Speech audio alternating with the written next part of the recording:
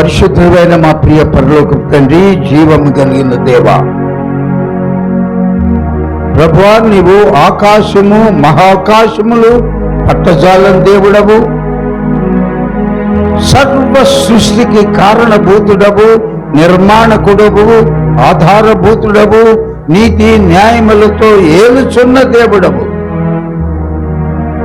సమస్త సృష్టిలో ఉన్న మానవులు, జంతువులు, మృగములు, జలచరములు, క్రిములు, కీటకాదులు అన్ని కలుగజేసిన వాడవు నీవే. యుగాయుగములు నువ్వు జీవిస్తున్నావు, యుగాయుగములు నీతి న్యాయములతో పరిపాలన చేస్తున్నావు. దేవా, మీకే నడిపించుమని ఆ జంతువులు మమ్ములను, మా ప్రాణము, మా ఆత్మ, మా దేహములు మీకు సమర్పించుకుంటూ ఈ మా మనవులన్నీ అతి త్వరలో మేఘారూఢుడవై రాబోతున్న యూదా గోత్రపు సింహమైన నజరేయుడైన యేసు నామములో స్తుతించి ప్రార్థించి వేడుకుంటున్నాం పరమ తండ్రి, ఆమేన్. రాజా, జగమెరిగిన నా యేసు రాజా అంటే ప్రపంచమంతా నీకు తెలుసు ప్రభువా. ఎన్ని దేశాలు ఉన్నాయో తెలుసు ప్రభువా. వాటిల్లో ఎన్ని కోట్ల మంది ఎక్కడెక్కడ ఉన్నారో తెలుసు ప్రభువా. ఆడవాళ్ళు ఎంతమంది ఉన్నారో తెలుసు ప్రభువా. మగవాళ్ళు ఎంతమంది ఉన్నారో తెలుసు ప్రభువా. వృద్ధులు ఎంతమంది ఉన్నారో తెలుసు ప్రభువా. చిన్న బిడ్డలు ఎంతమంది ఉన్నారో తెలుసు ప్రభువా. యవ్వనులు వారందరూ రక్షించబడ్డారు నీకు తెలుసు ప్రభువా. రక్షణ లేకుండా కాలక్షేపం కోసం ఎంతమంది వస్తున్నారో తెలుసు ప్రభువా. మా ఆరోగ్య స్థితి తెలుసు ప్రభువా. మా రక్షణ స్థితి అంత జగమెరిగిన నా యేసు రాజా.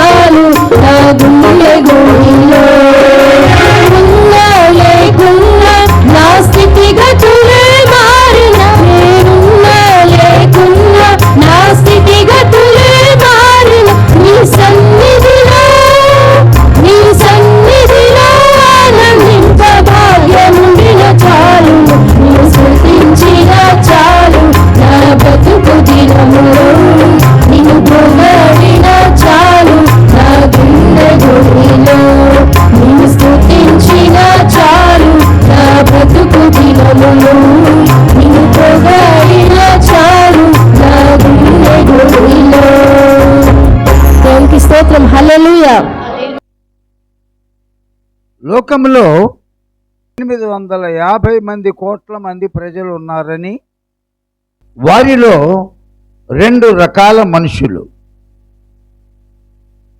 అది ఈ కీర్తన చెప్తున్నది. దేవుడు లేడు అనేవారు కొందరు ఉన్నారు. వారు దేవుడు అంటున్నాడు, బుద్ధి లేని వాళ్ళు అంటున్నారు. నిజంగా వారికి బుద్ధి లేదు. దేవుడు అనేవాడు లేకపోతే ఈ ఆకాశం ఏది, ఎలాగా, భూమి ఎలా కలిగింది, ఈ వృక్షాలేంటి, ఇన్ని లక్షల రకాల పువ్వులేంటి, ఇన్ని లక్షల పండ్లేంటి, ఇన్ని జంతువులేంటి, ఇన్ని పశువులేంటి, సముద్రంలో చేపలేంటి, సముద్రంలో మంచు కొండలేంటి, అగ్ని పర్వతాలేంటి, ఎలా కలిగినాయి? నిరంతరం వెలిగించే సూర్యుడు ఎవరు, చంద్రుడు ఎట్లా, నక్షత్రాలు ఎన్ని, ఇవన్నీ దేవుడు లేడంటే సరిపోద్దా? బుద్ధి లేనోడు వాడు. ఇంకొక 2వ రకం, దేవుడు ఉన్నాడు, మనము ఆయన దయ వల్లనే బ్రతికి ఉన్నాము, ఆయన వల్లనే ఇంతకాలము బ్రతికి ఉన్నాము, ఇంతకాలం ఆయన దయచేసిన ఆరోగ్యమును బట్టే, ఉద్యోగమును బట్టే, ఉద్యోగం చేసుకుంటే ఇచ్చిన సామర్థ్యమును బట్టే, చదువును బట్టే, చదువు లేదు కాబట్టి ఈ వ్యాపారమును బట్టే, ఈ కిల్లి కొట్టు పెట్టుకోవటం బట్టే, ఈ కూరగాయలు కొట్టు పెట్టుకోవటం బట్టే, ఈ పూలు అమ్ముకునే వ్యాపారం చేయటం బట్టే దేవుడు ఉన్నాడు. అందుకే నాకు వివాహమైంది, అందుకే నాకు మంచి భర్త ఉన్నాడు, అందుకే నాకు మంచి భార్య ఉంది, అందుకే ఒక కుమారుడు ఉన్నాడు, ఒక కుమార్తె ఉన్నాడు. చాలా మందికి బిడ్డలు లేరు అంటే దేవుడు లేడనే. ఆయన యొక్క ప్రణాళిక కొందరికి ఇస్తాడు, కొందరికి ఆలస్యం అవుద్ది, కొందరికి అసలుకే ఇవ్వడు. ఎవరికి అడిగే హక్కు లేదు. కొందరు దేవుడు లేడు అని బుద్ధిహీనులు తమ హృదయములు అనుకుంటారు. వారు దేవుడు లేడు కాబట్టి వారు ఏం చేస్తారు? అసహ్యమైన పనులు చేస్తూ ఉంటారు. దేవుడు కలిగిన మనము దుఃఖముగా, దేవునికి దుఃఖము కలిగించే చెడ్డ పనులు, చెడ్డ మాటలు వినటం, చెడ్డ మాటలు పలకటం, ద్రోహం చేయటం, అన్యాయం చేయటం, కీడు చేయటం మనం చేయలేం. ఆయన చూస్తున్నాడు అని వారు చెడిపోయిన వారు అసహ్య కార్యములు చేయుదురు. మేలు చేయువాడు ఒక్కడు కూడా లేడు. ఎంత కీడైనా చేస్తారు కానీ మేలు మాత్రము ఒక్కడు కూడా చేయడు. వివేకము కలిగి దేవుణ్ణి వెదకే వారు ఎవరైనా కలరేమోనని దేవుడైన యెహోవా ఆకాశము నుండి చూచి నరులను పరిశీలించాను. మేలు చేయి వారెవరు లేరు, ఒక్కడైనా లేరు. యెహోవాకు ప్రార్థన చేయక ఆహారము మింగునట్లు నా ప్రజలను మింగుచు పాపము చేయి వారందరికీ తెలివి లేదా? పాపము చేయువారు బహుగా భయపడుదురు. ఎందుకనగా దేవుడు ఎవరు పక్షంగా ఉంటాడంట? ఎవరు నీతిమంతులు? తమ పాపములు ఒప్పుకొని యేసు రక్తములో కడగబడి అనుదినము యేసుతో హనోకులాగా నడిచేవాడే నీతిమంతుడు.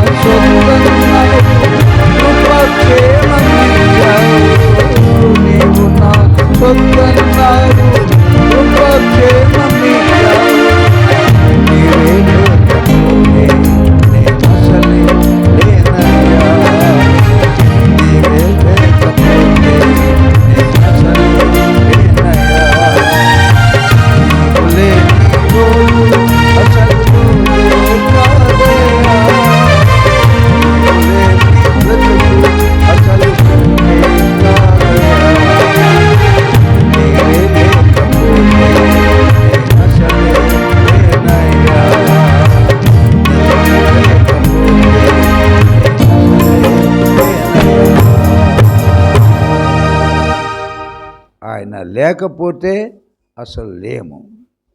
ఈరోజు నువ్వు ఏది కలిగి ఉన్నా, బిడ్డలా, ఉద్యోగమా, ఆరోగ్యమా, వివాహమా, క్షేమమా, బ్రతుకుదెరువా, వ్యాపారమా, కళ్ళున్నాయా, చేతులున్నాయా, కాళ్ళున్నాయా, గుండె కొట్టుకుంటుందా, ఇవన్నీ నీవు ఇచ్చినవే.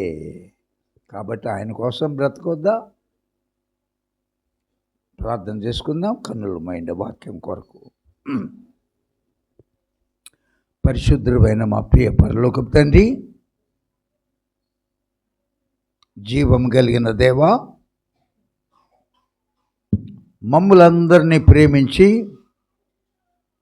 మా కుటుంబాలను ప్రేమించి, మాకిచ్చిన సంతానమును ప్రేమించి, నీ రక్తధారల్లో కడిగి, నీవు సంతానముగా మమ్మలను మార్చుకొని, నీ కృపను బట్టి ఇంకా మేము భూమి మీద నీ నామ మహిమ కొరకు బ్రతకాలని 2025 సంవత్సరం అంతా కాచి కాపాడటం మాత్రమే కాకుండా, నూతనమైన సంవత్సరములో కృపతో మమ్మలను ప్రవేశపెట్టి అద్భుతమైన, లెక్కించలేని అద్భుత కార్యములు చేస్తానున్నాను అని మాకు వాగ్దానం ఇచ్చి మమ్మలను ప్రవేశపెట్టినందుకు, మొదటి పునరుద్ధాన దినమున నీవు మమ్మలను నీ పాదముల చెంతకు చేర్చుకున్నందుకు స్తోత్రాలు. ఈరోజు మాతో మాట్లాడండి. ఇప్పటికైనా మా హృదయాలు తెరవండి. ఎప్పటికీ నీ రాజ్యంలో చేరే భాగ్యం అందరికీ దయచేయమని యేసుక్రీస్తు నామములో ప్రార్థిస్తున్నాము తండ్రి. ఆమేన్. సృష్టి ఆరంభం నుండి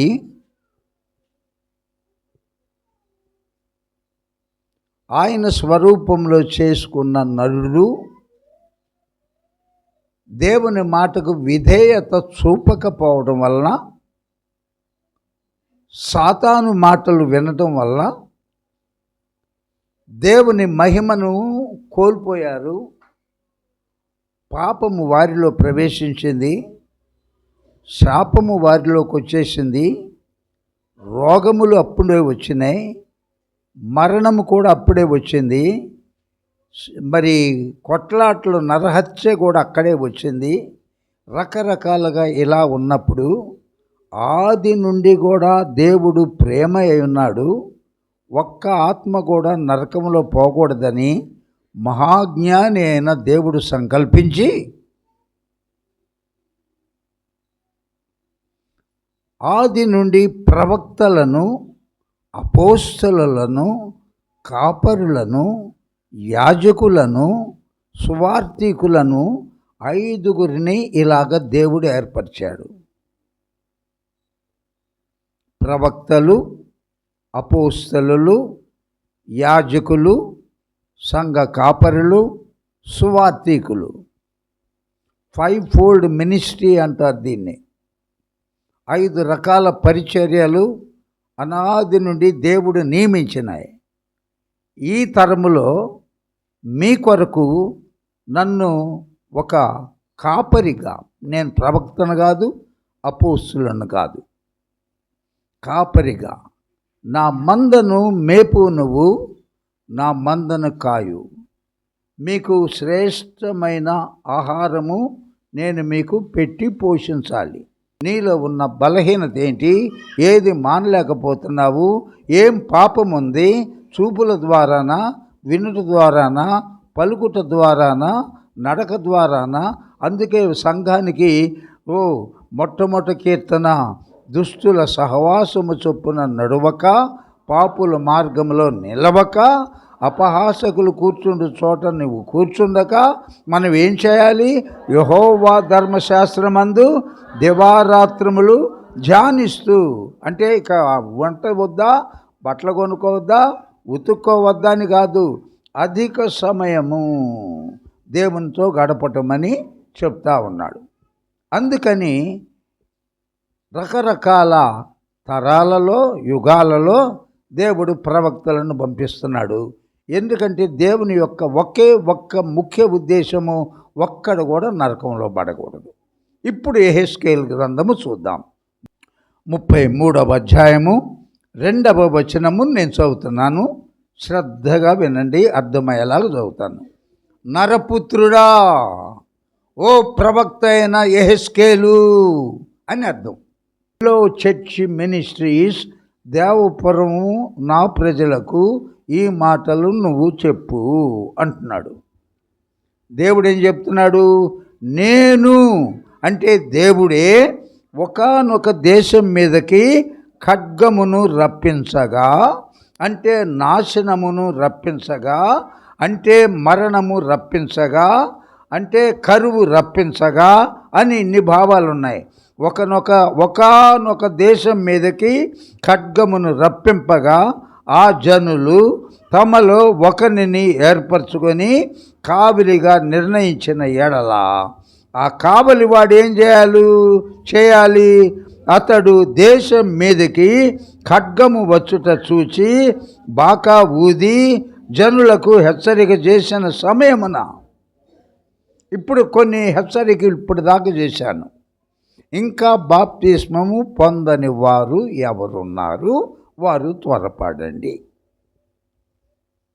రెండవది, పేరుకే బాప్తిస్మం తీసుకున్నాము కానీ క్రమముగా ఆదివారము కానీ గురువారం కానీ ఉపవాస ప్రార్థన కానీ రాని వారు ఎలాగ క్రైస్తవులు? వారి మీదకి దేవుని యొక్క ఉగ్రత రాబోతుంది అని ఒకానొక దేశం మీదకి ఖడ్గము రాగా, అంటే నాశనము రాబోతుండగా 2020లో అకస్మాత్తుగా ప్రపంచమంతా ఏమొచ్చింది? కరోనా వైరస్, కోవిడ్ వచ్చింది. అంతకుముందు నుండే హెచ్చరిస్తూ వచ్చారు, ఏదో ఒక వైరస్ బయలుదేరింది, చచ్చిపోతున్నారు, మాస్కులు పెట్టుకోండి, హ్యాండ్ వాష్ అవేంటవి శానిటైజర్స్ దగ్గర పెట్టుకోండి, షేక్ హ్యాండ్లు ఇవ్వద్దు, చంటి బిడ్డలను ఎత్తుకోవద్దు, ముద్దు పెట్టుకోవద్దు చెప్తూనే వస్తూ ఉన్నారు. అవి ఫాలో అయిన వారు కొందరు సేఫ్ అయ్యారు. కొంతమంది ట్రీట్ చేసే మహా గొప్ప డాక్టర్లు కూడా చచ్చిపోయారు. అలాగా నేనేం చెప్తున్నాను? యేసు రక్తములో కడగబడకుండా ప్రతి ఎవడు కూడా పరలోక రాజ్యము చేరలేడు. కాబట్టి వాక్యానుసారముగా ప్రతి ఒక్కరూ యేసయ్య రక్తములో కడగబడాలి. ఒకానొక దేశం మీద ఖడ్గము దేవుడు రప్పింపగా ఆ జనులు తమలో ఒకరిని ఏర్పరచుకున్నారు కావలివానిగా. కావలివాడు ఏం చేస్తాడు? బురుజు మీద కూర్చొని నిలబడి బైనాకులర్స్ పెట్టుకొని దూరం నుండి నలుదిక్కులు చూసుకుంటా, ఏదైనా ఎవడైనా పరదేశం నుండి శత్రువులు గుర్రాలు కానీ రథాలు కానీ ఏమైనా వస్తున్నాయా? వస్తుంటే ఆ పట్టణమునకు మొత్తమునకు వినపడేటట్టు బోర్రలు ఊది బాకానాదం చేసి పట్టణంలో ఉన్న షాపుల్లో ఉన్నవారులారా, బంగారపు కొట్టులో ఉన్నవారా, ప్రార్థన చేసుకుంటున్న వారులారా, లోపలికి పరిగెత్తండి, కిటికీలు తలుపులు వేసుకోండి, శత్రువులు వస్తున్నారు అన్నప్పుడు ఎవరంతటి వాళ్ళు తమ చంటి బిడ్డలను కూడా రోడ్డు మీద ఆడుకుంటుంటే చంకను పెట్టేసుకొని పరుగులెత్తి లోపలికి వెళ్ళి తలుపులు కిటికీలు వేసుకొని శత్రువు ఏ హాని చేయకుండా, ఏ కూయిలు చేయకుండా, ఎవరిని నరకకుండా, ఎవడు గుర్రాలతో తొక్కించకుండా దాక్కోవాలా? What is safe? బాకానాదము ఊదటము కూడా నేను కూడా దేవుని కృపను బట్టి 35వ సంవత్సరంలో ప్రవేశించాను. గత 34 సంవత్సరాల నుంచి మారు మనసు పొందండి, రక్షణ పొందండి, ప్రతి ప్రార్థనకు రండి, యేసుతో నడవండి అంటుంటే ఎవరు వింటలా? వాళ్ళకి ఏం గతి పట్టుద్ది అంటే, ఇప్పుడు ఎవడైనా బాకానాదము 4వ వచనం చూడండి, ఎవడైనను బాకానాదము వినియు జాగ్రత్త పడినందున ఆ మరణము వచ్చి, ఆ ఖడ్గము వచ్చి, ఆ వైరస్ వచ్చి, ఆ యాక్సిడెంట్ జరిగి వాని ప్రాణము పోయిన ఎడల వాడు తన ప్రాణమునకు తానే బాధ్యుడు. ఇక నేను బాకా ఊదానండి, నువ్వు వినలా, దేవుని తప్పేమి లేదు. ఖడ్గము వచ్చి వాని ప్రాణము తీసిన ఎడల వాడు తన ప్రాణముకు తానే ఉత్తరవాది.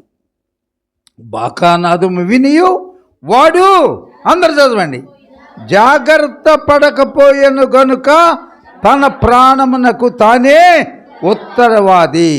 ఏలయనగా వాడు బాకానాదము విని జాగ్రత్త పడిన ఎడల తన ప్రాణమును ఖచ్చితంగా రక్షించుకొను. అయితే కావలివాడు ఖడ్గము వచ్చుట చూచియు బాకానాదము ఓదనందు చేత జనులు అజాగ్రత్తగా ఉండుటయు ఖడ్గము వచ్చి వారిలో ఒక ప్రాణము తీయటయు తటస్థించిన ఎడల వాడు తన దోషమును బట్టి పట్టుబడినను నేను కావలి వాని యొద్ద వాని ప్రాణమును గూర్చి విచారణ చేయుదును. నేను ఆపద రాకపోతుంది అని నాకు తెలిసి కూడా సంఘమునకు నేను చెప్పకపోతే మీ అందరిలో ఎవరో ఒకరో 10 మందో చచ్చిపోతే నన్ను నిలదీస్తాడు దేవుడు. ఎందుకు ఆపద వస్తుందని తెలిసి నేను కాపరిగా ఈ సంఘానికి నిన్ను నియమిస్తే నువ్వెందుకు ఆపద రాబోతుందని బాక ఊదలేదురా. పై నుండి కింద దాకా నన్ను జీల్చేస్తాడు దేవుడు. 2000కే యేసయ్య వస్తాడు అనుకున్నాం. ఇంకా 5 సంవత్సరాలు మన బ్రతకనిచ్చాడు. 6వ సంవత్సరంలో కూడా 11వ వచనము యేస్కేలు 33. కాగా వారితో ఇట్లనము, దేవుని యొక్క ఉద్దేశం చెప్తున్నాడు. నా జీవము తోడు దేవుడు అంటున్నాడు అన్నమాట. దుర్మార్గుడు ఆ దుర్మార్గంలోనే మరణము నందుట వలన నాకు ఎంత మాత్రము సంతోషము లేదు.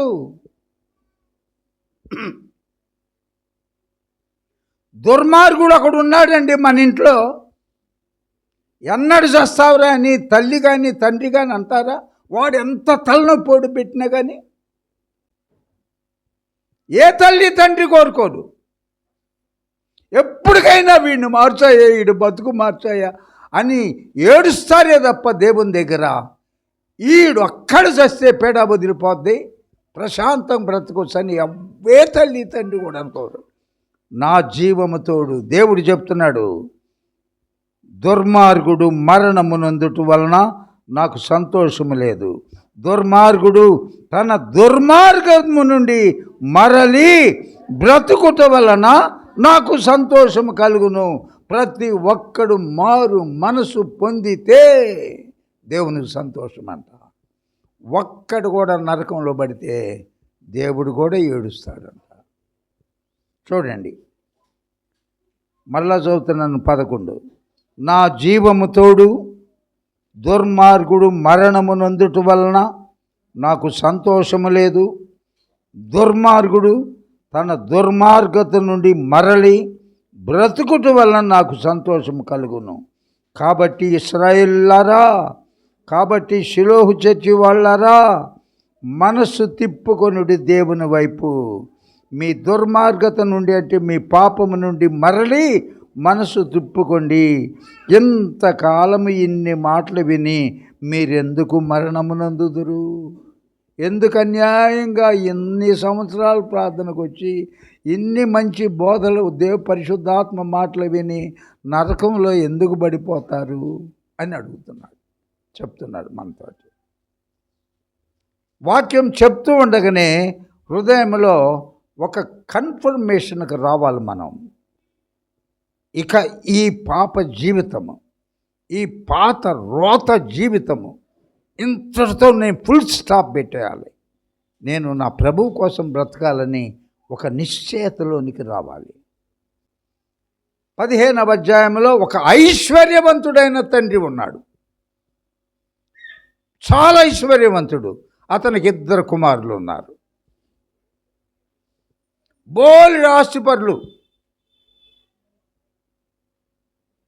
వాళ్ళల్లో చిన్నవాడు ఒకరోజు బయట తండ్రి దగ్గరికి వచ్చాడు. మనకు తెలిసిందే, అందుకే రిఫరెన్స్లు చెప్పలా. వచ్చి నా వాటా ఎంత వస్తుందో నీ ఆస్తి అంతా అమ్మి నా వాటా నాకు ఇవ్వమన్నాడు. తండ్రి ఏమన్నాడు? వెంటనే ఇచ్చాడా? అరే నీ వయసు కాదయ్యా ఇది. అన్నయ్య నువ్వు బాగా పెద్దోళ్ళు అయిన తర్వాత, నేను ముసలోడిని అయిపోయిన తర్వాత, ఇక నాకు ఆరోగ్యం బాగపోతే ఇక నేను చచ్చిపోతానని నాకు అర్థమవుద్ది. కాబట్టి ఇప్పుడు అన్నయ్యని నిన్ను కూర్చోబెట్టి ఇన్ని 100 ఎకరాలు మామిడి తోట, ఇన్ని ఎకరాలు నారింజ తోట, ఇదిగో బంగారం ఎంత, ఇన్ని 100 ఎకరాలు పొలం, ఇవన్నీ ఎంత ఉందో సగం సగం సగం సగం నీకు అన్నయ్యకి సగం నీకు సగం ఇస్తాను అని చెప్పుండడా? చెప్పండి అమ్మా, చెప్పు ఉంటాడు. వీడు మాత్రము చెడ్డ స్నేహాలు మరిగి ఇండిపెండెంట్గా జల్సాలుగా చేయాలని మనసు పుట్టి, ఈ ముసలోడు చస్తే బాగుండు, అందుకని ఇస్తే నేను నా ఇష్టం వచ్చినట్టు బతుకుతాను కదా, నేనేమన్నా చిన్నపిల్లవాడినా పాలు తాగేవాడినా అని అంటే, సరే నాయన అని అన్నీ అమ్మించి, పెద్దోడా ఇదిగో నీకు కుమారుడు. పెద్దోడు ఏమన్నాడు? నాన్న నువ్వు ఉన్నావు కదా, వద్దు నాకేం భాగం వద్దు, తమ్ముడు కోరాడు కాబట్టి వాడికి ఇవ్వు. మొత్తం డబ్బు చేసుకున్నాడు, పెద్ద మూట చేసుకున్నాడు. అనగానే ఎక్కడి నుంచో లేని స్నేహితులందరూ వస్తారు. ధనవంతుడికి చుట్టాలు ఎక్కువ. నువ్వు బికారివైతే, లాజరువైతే, ధనవంతుడి ఇంటి ముందు పడి ఉన్న లాజరువైతే నా అన్నవాడు ఎవడూ ఉండడు. బాబాయ్ ఏమన్నా ₹1 ఇస్తావా? ఎవడరా నీకు బాబాయ్, ఎవడరా నీకు బాబాయ్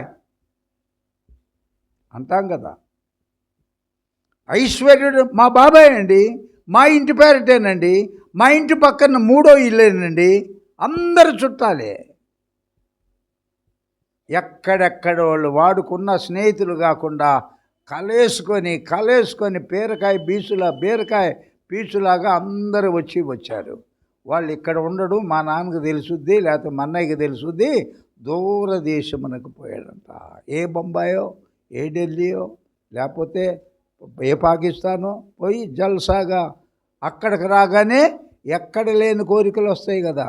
ఎప్పుడు చికెన్ దమ్మేనా బ్రదర్, దానిలోకి ఒక చుక్క ఉంటే బాగుంటుంది కదా, పక్కన ఇంకొక చక్కని చుక్క ఉంటే బాగుంటుంది కదా. పక్కన ఈ చుక్క, పక్కన ఆడపిల్ల అదొక చుక్క. ఎంతమంది? ఒక 30-40 చేరారు, మొత్తం అయిపోతాయి. కొండలైన తరిగిపోవు, కూర్చొని తింటా ఉంటే కొండలు కూడా తరిగిపోతాయి అంట. చివరికి అయిపోయింది, మొత్తం క్లోజ్. మీ ఇంట్లో బెల్లం ఒక చోట పిల్లలు తింటా వేరుశనగలు వేయించిన వేరుశనగల తర్వాత ఏంది, కొంచెం బెల్లం తింటాం కదా, మంచిది. మళ్ళీ డాక్టర్ కాదు కానీ చెప్తున్నా, వేరుశనగలు తింటే వెంటనే మంచిలు తాగకూడదంట. ఖచ్చితంగా ఓ బెల్లం ముక్క తినాలంట, అరగంట తర్వాత కావాలంటే మంచినీళ్ళు తాగు. డైరెక్ట్గా వేరుశనగలు తిని మంచినీళ్ళు తాగకూడదు, పట్టుకుపోద్ది హార్ట్. బెల్లం ముక్క, ఆ బెల్లం ముక్క నవ్వులుతా మధ్యలో ఒక ఇంత ముక్క పడింది అనుకుందాం, ఎవరు వస్తారు అక్కడికి? అంతేనా? ఈగలు కూడా వస్తాయి. ఎక్కలేని వస్తే అసలుకి బెల్లం ముక్క ఏదో కనపడకుండా దాని నిండా కప్పేస్తుంది. భార్యను పిలిచి, నువ్వు చూసుకోలేదా, చూడన్ని దోమలు ఈగలు అనగానే చీపురు తీసుకొచ్చి దాన్ని ఆ బెల్లం ముక్క దీనిలో పడేసి రోడ్డు మీద ఇసిరేసింది అనుకుందాం. ఒక దోమ కానీ ఒక చేము కానీ అక్కడ ఉంటాయా? ఎన్ని ఉంటాయి చెప్పండి మీ ఇంట్లో? ఏముండవు కదా. అలాగే వాడి దగ్గర డబ్బులన్నీ అయిపోయిన తర్వాత ఎటోళ్ళటు వాడుక భాషలు ఏంటి, జంపు. ఆ టైంలోనే ఆ దేశంలో కరువు వచ్చింది, ఎవడు లేడు, అడుక్కోవడానికి కుదరదు, అప్పుడే అసలుకే కరువు, ఎవడిస్తాడు? అందుకని ఒక మనగాడి దగ్గరికి ఉద్యోగానికి పోయాడు. ఏం ఉద్యోగం ఉందన్నాడు అతను? పందులు మేపటానికి రిక్రూట్మెంట్ ఒక పోస్ట్ ఖాళీగా ఉంది. ఏ స్థితి నుండి ఏ స్థితికి దిగజారిపోయాడు. దేవుడు లేని బ్రతుకులు అంతే. ఇప్పుడు బాగుండొచ్చేమో, అలా చూస్తానండి. దేవుడు లేని బతుకులు అడుక్కునే బతుకులు అయిపోతాయి చివరికి.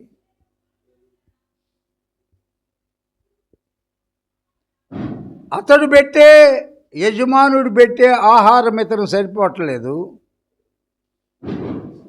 అందుకని పందులకి ఏం పెడతారు ఆహారం? పందులకు పొట్టు పెడతారు. ఆ పొట్టైనా తిని కడుపు నింపుకుందామనే ఆలోచన వచ్చినప్పుడు తండ్రి గుర్తొచ్చాడు. అప్పుడు దాకా తండ్రి గుర్తు రాల. రకరకాల ట్రైల్స్ వేస్తూ ఉన్నాడు. ఎట్లా కడుపు నింపుకోవటం, ఎట్లా పొట్టు కూడా తినాలనే తలంపు కలిగినప్పుడు, అయ్యో నా తండ్రి ఇంట అనేక మంది పనివారు ఉన్నారు, మా నాన్న వాళ్ళకి పని వాళ్ళకి భార్యాభర్తలు పిల్లలు ఉన్నారు కాబట్టి వాళ్ళకు కూడా ఇల్లు కట్టించాడు. వాళ్ళు సంతోషంగా ఆహారం తింటున్నారు, చక్కగా తాగుతున్నారు. నేను ఈ స్థితికి రావడానికి నా తండ్రి దగ్గర ఉంటేది కాదు కదా అని వెనక్కి తిరిగి బయలుదేరి వెళ్దాము అనుకున్నాడు. తండ్రికి తాతకు దగ్గులు నేర్పకండ్రా అందరూ. తాత అసలుకే ముదిరిపోయి ఉన్నవాడు, పుట్టిన మనవడు ఎవరినో చూస్తాడు, ఆమె బయటకు తిరుగుతూ ఉంటుంది. వీడికి తెలుసు ఆమెకు వీడి కోసమే వచ్చిందని. అందుకని రే ఎక్కడికి అంటామని అనుకుంటా బయటకు వస్తాడు. రే లోపలికి బా, నాకు తెలుసులేవాయ్. దగ్గు సైలెన్స్గా లోపల బాగు.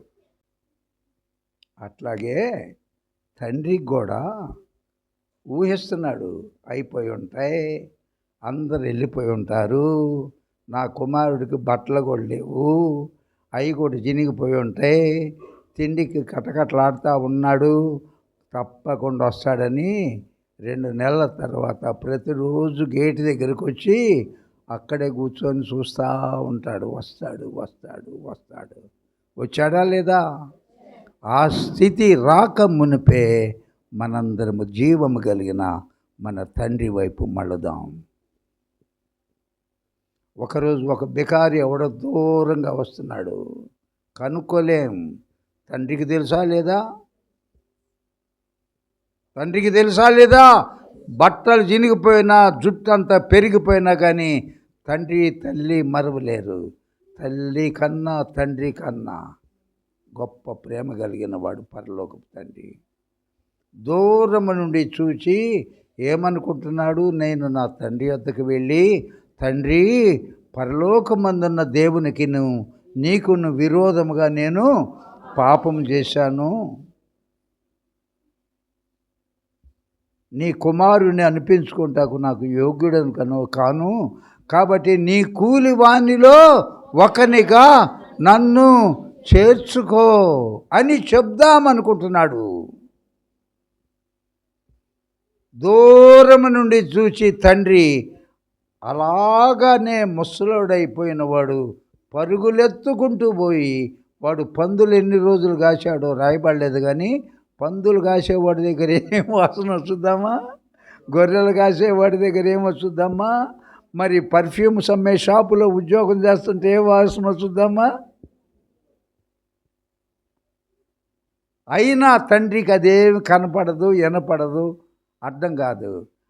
వాడి జుట్టు బెరిగి బికారులాగా వస్తుంటే మీద పడి, మెడ మీద పడి పైగా ముద్దు పెట్టుకొని అక్కడి నుంచి చెప్దామనుకుంటున్నాడు, తండ్రి నీకు విరోధముగా పరలోకపు తండ్రికి అయ్యేం పట్టించుకోవట్లా. రేవరక్కడ, అరే కొవ్విన ఎడ్లను వధించుడి, చచ్చిపోయి నా కుమారుడు బ్రతికాడు, తప్పిపోయి నా కుమారుడు దొరికాడు, కాబట్టి నువ్వు పరిగెత్తుకుంటూ పోయి అద్భుతమైన పాదరక్షకు చెప్పులు సిద్ధం చేయి.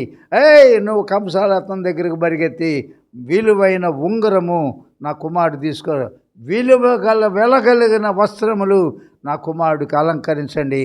కొంతమంది రుద్దండి, కింద పడేసి రుద్దండి, స్నానం చేయించండి. మన పరలోకపు తండ్రి యేసు రక్తములో ఎప్పుడైతే నీ పాపములు ఒప్పుకొని పశ్చాత్తాపంతో నమ్మి బాప్తిసం పొందుతావో, రక్షణ వస్త్రము, నీతి వస్త్రము, ఉల్లాస వస్త్రము, స్తుతి వస్త్రము నీ మీద దేవుడు మొదటగా అలంకరించబోతున్నాడు. అందుకనే బాప్తిసం ఇవ్వగానే మొట్టమొదటి సహోదరులిద్దరు గట్టి బాప్తిసం ఇచ్చిన ఆ బిడ్డ మీద ముందు తెల్లని వస్త్రం అలా కప్పేస్తారు. అది రక్షణ వస్త్రము. ఆ తర్వాత ఆయనతో సహవాసం చేసే కొద్దీ స్తుతి వస్త్రము, ఉల్లాస వస్త్రము, నీతి వస్త్రము ఇవన్నీ మన మీద దేవుడు అలంకరించబోతున్నాడు. మరి చక్కగా ఆయనతో నడవటానికి నూతనమైన చెప్పులు ఇస్తున్నాడు. నా కుమారుడని ఉంగరం తొడిగించాడు. కొవ్విన ఎడ్లు, కొవ్విన జింకలు, కొవ్విన దుప్పులు ఇవన్నీ మధ్యాకాశంలో ఎన్ని సంవత్సరాలు? 7 ఏండ్లు. ఒకసారి చరణం పాడదామా? 7 ఏండ్లు పరిశుద్ధులకు.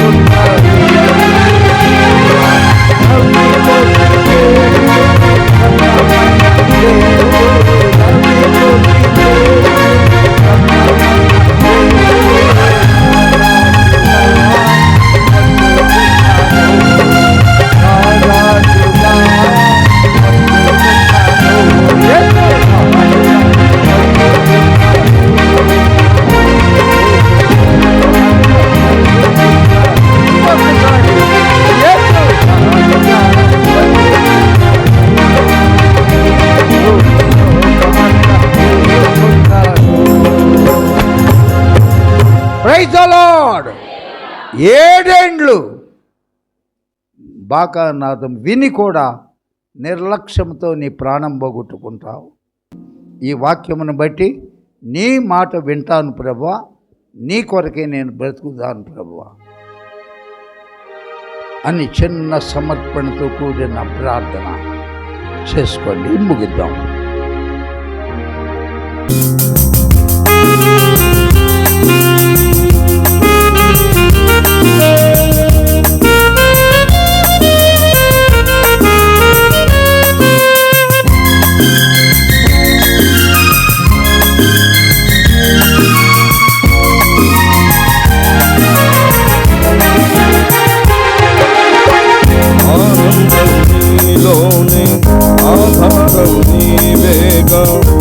ఆశ్రయం నీలోనే నా యేసయ్యా, స్తోత్రార్హుడా.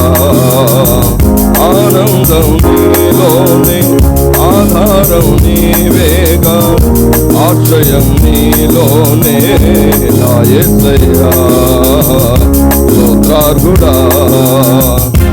అర్హతే లేని నన్ను ప్రేమించినావు, జీవింతులలో నీ కోసమే సాక్షాత్మై.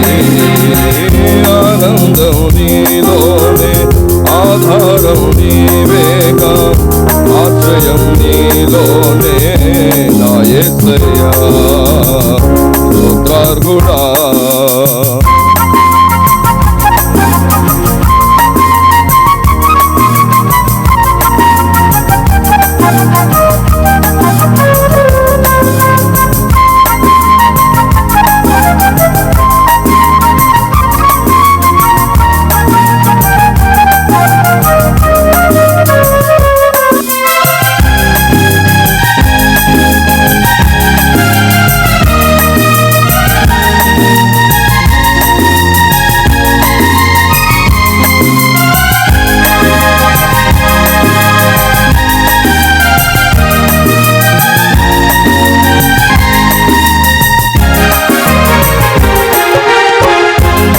పదే నిన్నే చేరగా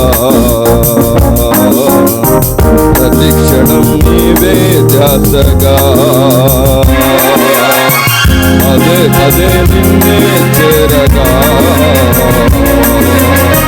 ప్రతి క్షణం నీవే ధ్యాసగా కలవరాల తోటలో కన్నీటి బాటలో కలవరాల తోటలో కన్నీటి బాటలో కాపాడే కవచముగా నన్ను ఆవరించిన క్షేత్రమా స్తోత్రగీతమా ఆనందం నీలోనే ఆధారం నీవేగా ఆశ్రయం నీలోనే నా యేసయ్యా స్తోత్రార్హుడా